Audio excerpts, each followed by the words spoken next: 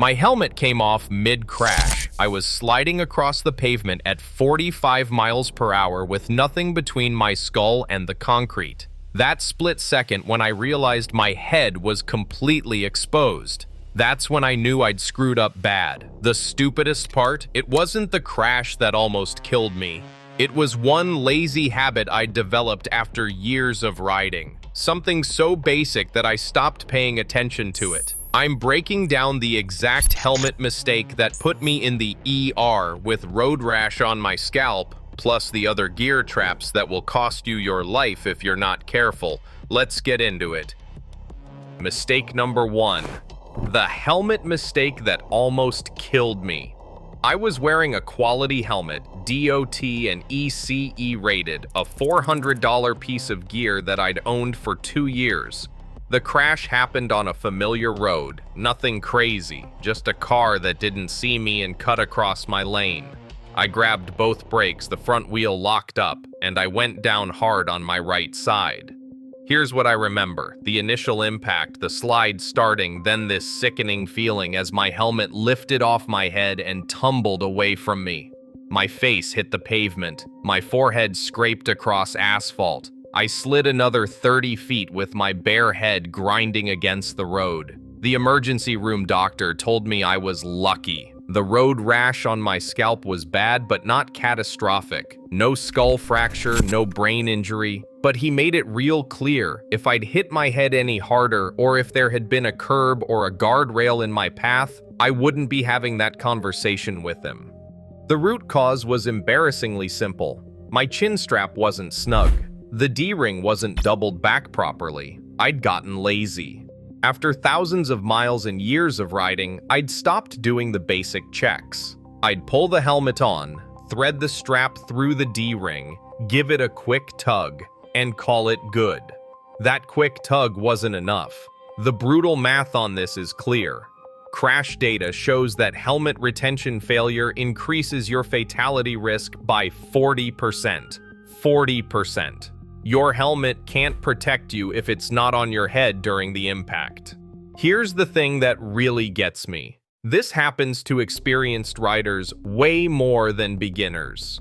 Beginners are paranoid about everything. They check their gear 3 times before every ride.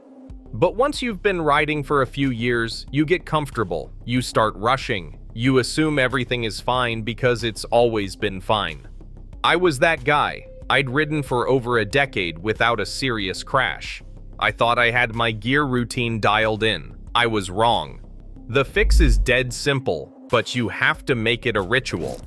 Every single time you put your helmet on, do the 2-finger test. Slide 2 fingers between the strap and your throat. If there is more room than that, tighten it.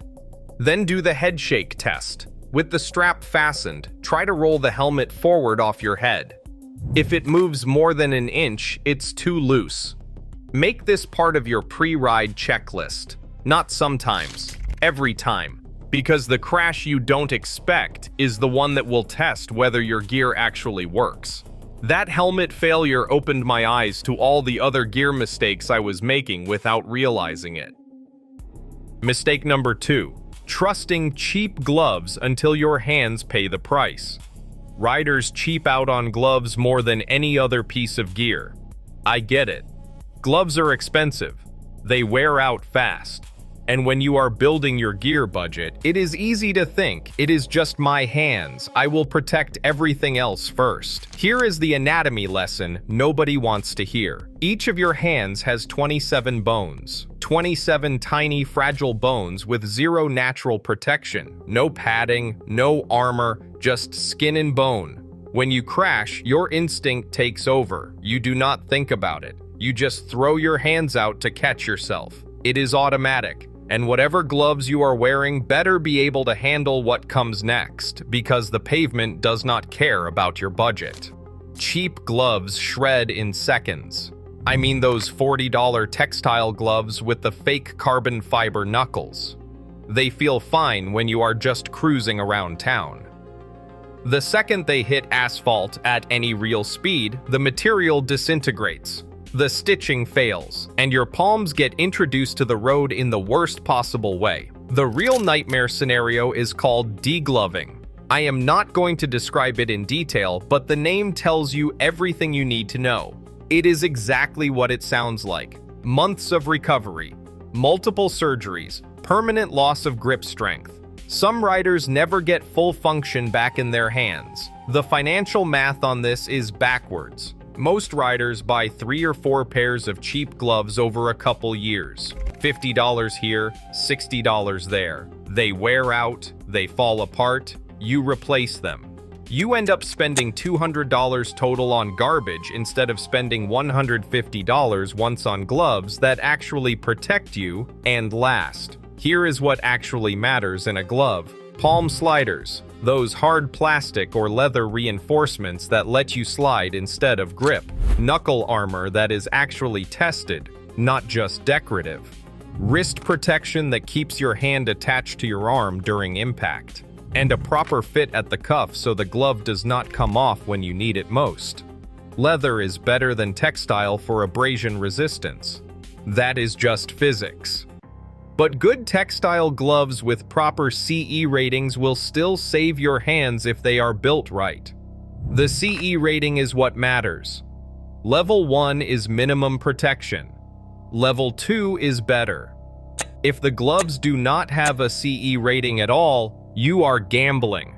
Gauntlet-style gloves are non-negotiable if you are riding at any real speed. Those short gloves that end at your wrist leave a gap between your glove and your jacket sleeve. In a crash, that gap becomes a failure point. Gauntlets overlap your jacket and protect your wrists. Your hands are how you make a living, how you eat, how you do basically everything in life. Protecting them is not optional, but gloves are not the only thing riders gamble with when it comes to impact protection. Mistake number 3. Riding in regular boots because motorcycle boots are uncomfortable. The comfort trap gets more riders than anything else when it comes to boots. Regular boots feel fine. They are broken in. You can walk around in them all day. Why would you spend $200 on stiff motorcycle boots that hurt your feet? Here is why. When you crash, your bike weighs somewhere between 400 and 600 pounds depending on what you ride. When that weight comes down on your ankle, your bones do not stand a chance. Regular boots give you zero support, zero reinforcement. Your ankle folds in directions it is not supposed to fold. Crash data puts ankle and foot injuries in the top 3 most common motorcycle injuries, higher than road rash and higher than broken arms. Your feet and ankles take massive impact in almost every type of crash, and most riders are completely unprotected. The long-term cost is brutal. Surgery to put pins in your ankle, months of physical therapy, a permanent limp that never quite goes away. Some riders heal up and find they cannot work the rear brake the same way anymore. They cannot shift smoothly. The bike does not feel right under them, and they never ride with the same confidence again. The worst part is those armored fashion boots that look tough but fail every actual test. You know the ones. They have buckles and straps and reinforced-looking panels. They cost $150. They look like motorcycle boots, but they are not built to any real standard. The ankle cups are decorative. The toe box crumples on impact. They are designed to look cool, not to protect you. Real motorcycle boots have reinforced ankle cups, actual hard plastic or composite material that prevents your ankle from rotating during impact. They have toe protection that is tested and rated. A proper shift pad is reinforced so you are not wearing through the boot in 6 months. Oil-resistant soles actually grip when you put your foot down on a slick surface. The touring versus sport boot debate is mostly personal preference. Both styles work, and both protect. Sport boots are stiffer and offer more rigid ankle support. Touring boots are more comfortable for walking around, but still have the protection built in. Pick based on how you ride and how much walking you do off the bike. The break-in myth needs to die. Good motorcycle boots feel fine after about a week of regular wear. If your boots are still killing your feet after 2 weeks, they are either the wrong size or they are cheap garbage. Bad boots never get comfortable. They just destroy your feet until you finally give up and replace them. I watched a guy stand up after a crash, then collapse screaming because his ankle was shattered inside a work boot. He never rode again. Your ankles are not something you get a second chance on. Protect them or pay the price. Now let's talk about the piece of gear that most riders think they can skip entirely. Mistake number 4. Skipping back protection because the jacket has padding. Most riders look at the foam pad in their jacket and think they are covered. That padding feels substantial. It is thick. It is there for a reason, right? Wrong. That foam is for comfort, not impact protection. It is designed to make the jacket fit better and to absorb some vibration while you are riding. But in a crash, when your spine compresses against the pavement or you slide into a barrier, that foam does absolutely nothing. The statistics on spine injuries should terrify you. Permanent paralysis, loss of sensation from the waist down, catastrophic medical bills that will bankrupt you even with insurance. We are talking $500,000 in immediate costs, plus ongoing care for the rest of your life. Your jacket's back pad is not built for impact. It is built for abrasion. There is a massive difference. Abrasion protection keeps the pavement from shredding your skin during a slide. Impact protection prevents your vertebrae from compressing and shattering when you hit something hard, or when weight comes down on your back. A real back protector has a CE Level 2 rating. That rating means it has been tested to absorb and distribute a specific amount of impact force. The protector spreads that force across a larger area instead of letting it concentrate on individual vertebrae. That distribution is what prevents compression injuries that lead to paralysis. The FIT problem is huge. Most riders who actually buy a back protector get the wrong size or wear it incorrectly. It needs to sit centered on your spine, covering from your shoulder blades down to your tailbone. If it is riding up or sliding around inside your jacket, it is not going to be in the right position when you need it. You have 2 main types: insert protectors that fit into a pocket in your jacket, and standalone protectors that you wear like a vest under your jacket. Both work if they are properly rated. Hard shell protectors are more rigid and offer slightly better impact distribution. Soft armor protectors are more flexible and comfortable but still meet the same CE standards. The cost reality is simple math. You are looking at $100 to $200 for a quality back protector. Compare that to $500,000 plus in medical bills and lost income if you end up with a spine injury. The insurance companies have done this math. The actuaries know exactly what a back injury costs. That is why they do not argue when you file a claim after spending years in a wheelchair. Here is the part that makes riders push back. When do you actually need to wear it? Every single ride. Not just track days, not just long trips. Every time you get on the bike. Because the crash that breaks your back is not going to announce itself ahead of time.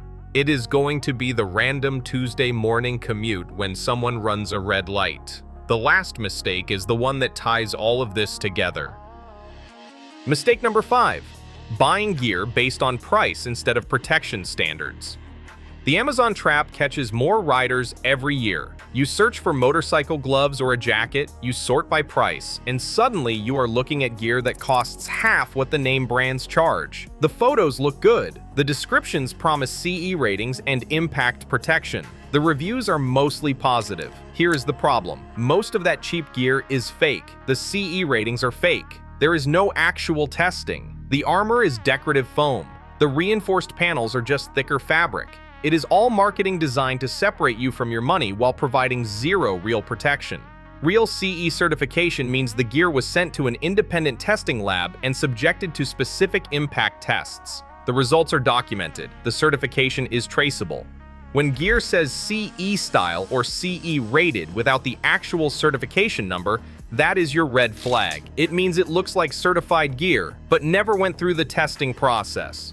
Reading CE ratings correctly matters. Level 1 protection is the minimum standard. It will absorb a certain amount of impact force in testing. Level 2 protection is significantly better. It absorbs more force and distributes it more effectively. The difference between level 1 and level 2 can be the difference between a bruise and a broken bone. But here is where it gets tricky. Expensive does not always mean protective. Some brands charge premium prices because they are fashion companies, not safety companies. They are selling you style and brand recognition, not engineering and testing. The markup on fashion gear can be 300% over what it costs to manufacture, while actual safety-focused brands are pricing based on research and development and certification costs.